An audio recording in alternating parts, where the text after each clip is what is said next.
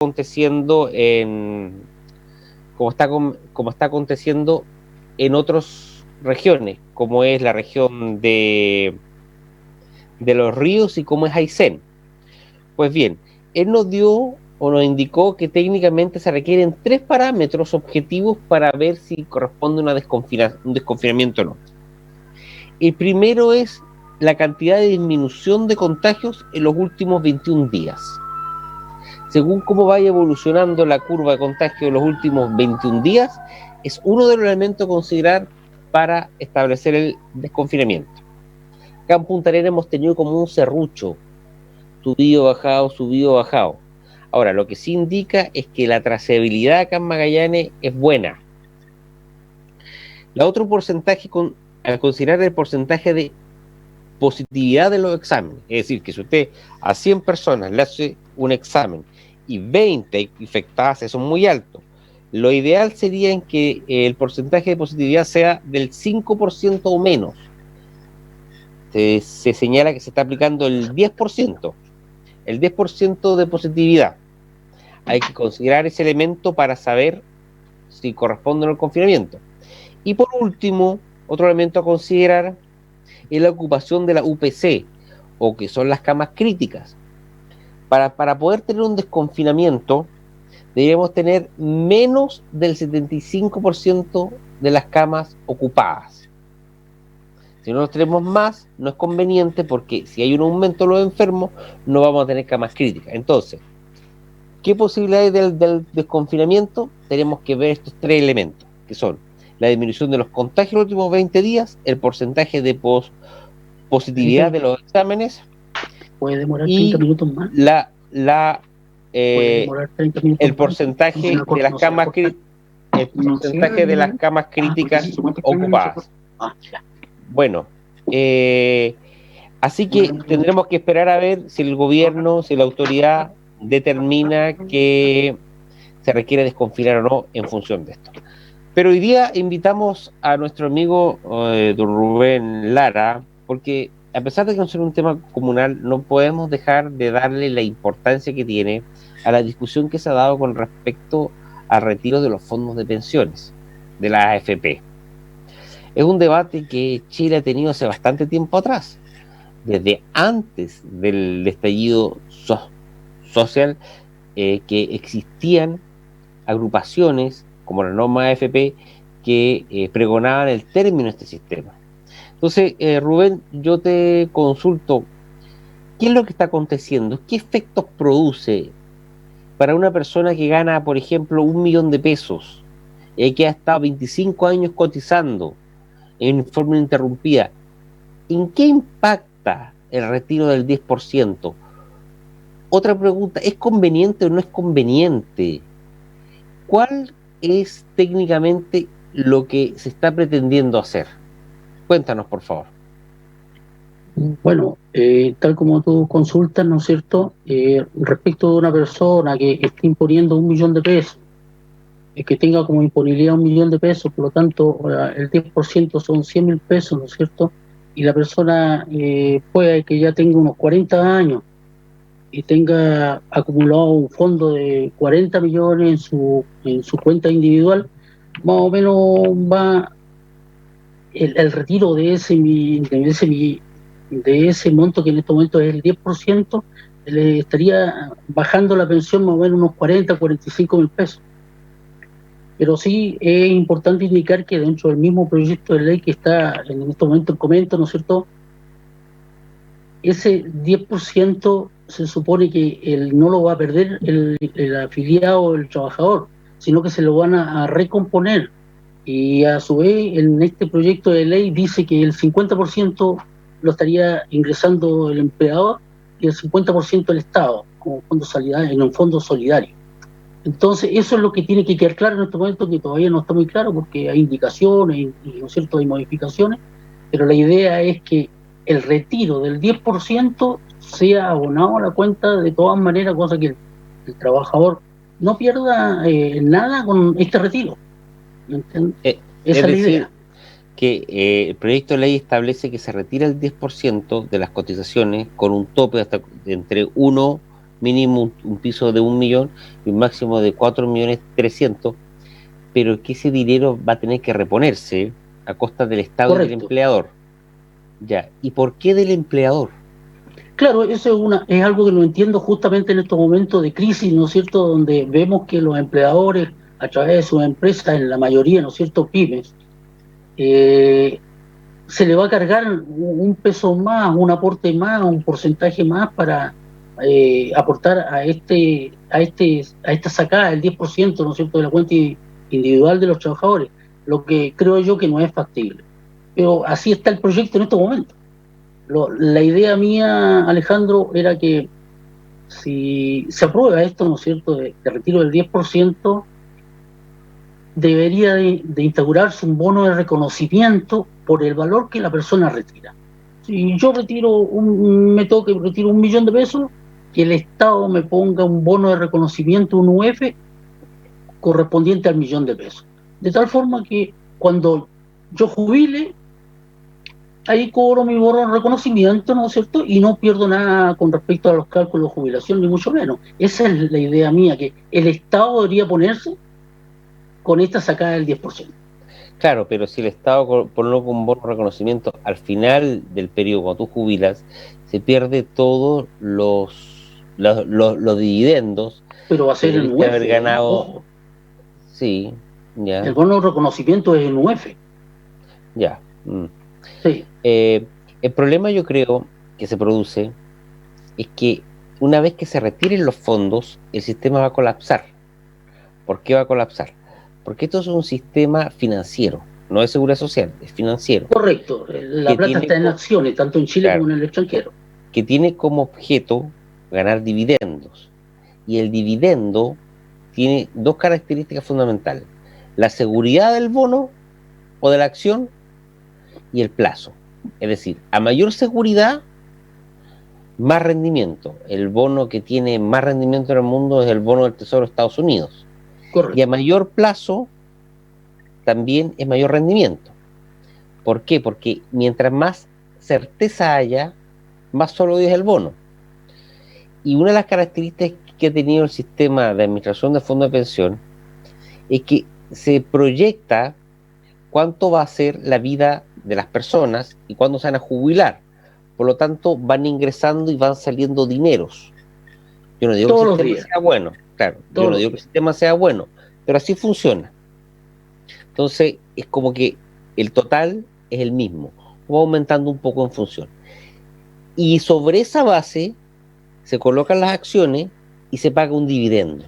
Correcto. Cuando se produce, que se saca, que se retira anticipadamente, es como cuando uno va a cobrar un depósito a plazo a un banco anticipado que pierde los Se va a perder intereses. los intereses. Entonces, el inversor ya no va a tener interés en colocar su dinero en las rentas o en las acciones o en la oferta que hace la AFP, ya que va a perder la certeza de cuándo va a ser retirado y no va a saber en qué momento. Entonces, eso va a producir que la rentabilidad de la AFP caigan considerablemente. Ahora, yo no estoy defendiendo el sistema porque encuentro que el sistema es muy perfectible, que el sistema no ha dado las condiciones que la gente, que la ciudadanía desea, porque no corresponde de que la persona durante su vida útil tenga un ingreso determinado en función de su trabajo.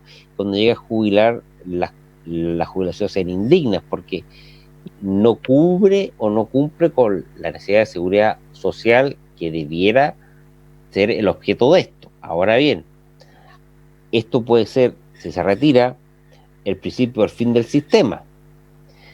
Eso hay que entenderlo, pero por otro lado, también, y creo que es lo fundamental, la gente necesita esto, porque de partida es el trabajo de cada uno. ¿Por qué Claro, o porque sea, la FP va a poder administrar esto y no lo puede administrar uno?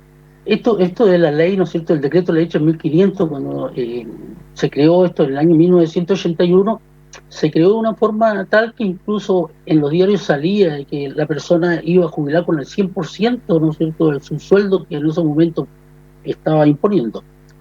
Pero después, a través del tiempo, se han ido haciendo modificaciones que lamentablemente todas las modificaciones han sido a favor de la AFP y ha sido en contra de los afiliados y los trabajadores. Entonces, se ha cargado la mata todo al trabajador, al afiliado. Se modificó primeramente, ¿no es cierto? Y las AFP en su momento reclamaron de que ellos asumían los costos, las pérdidas, cuando estas famosas pérdidas mensuales que de repente se producen. Y bueno, y nuestros legisladores aprobaron, ¿no es cierto?, de que las pérdidas sean las pérdidas sean de cargo del afiliado, lo que antes no era. Entonces, ahí modificaron la ley del decreto ley 3500. Después, posteriormente, ¿no es cierto?, se crearon 5 fondos, el A, B, C, D y E, como una manera de que las AFP tengan una posibilidad más de poder encajar en acciones el dinero en diferentes partes que antes estaban más apretadas, más consolidadas en ciertas cosas, en ciertas empresas.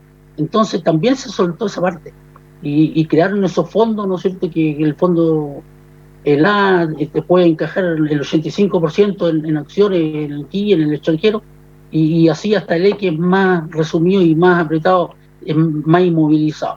Entonces se fueron haciendo distintas modificaciones que lamentablemente fueron echando a perder el sistema. El sistema no es malo, pero lamentablemente con esas modificaciones y el pago bajo, el bajo sueldo que tienen las personas, afectó al sistema. Entonces, por supuesto que una persona que gana 400.000 pesos no puede optar a que le paguen 400.000 en pensión, ¿me entiende? Porque están todas estas cosas y le hace rebajar una pensión de 200.000 pesos o 150.000 pesos. Entonces, ese es el problema. Ahora, con respecto a este retiro, Alejandro, del 10%, lo que está conversando, yo pienso que hay que fijar la necesidad ante cualquier cosa.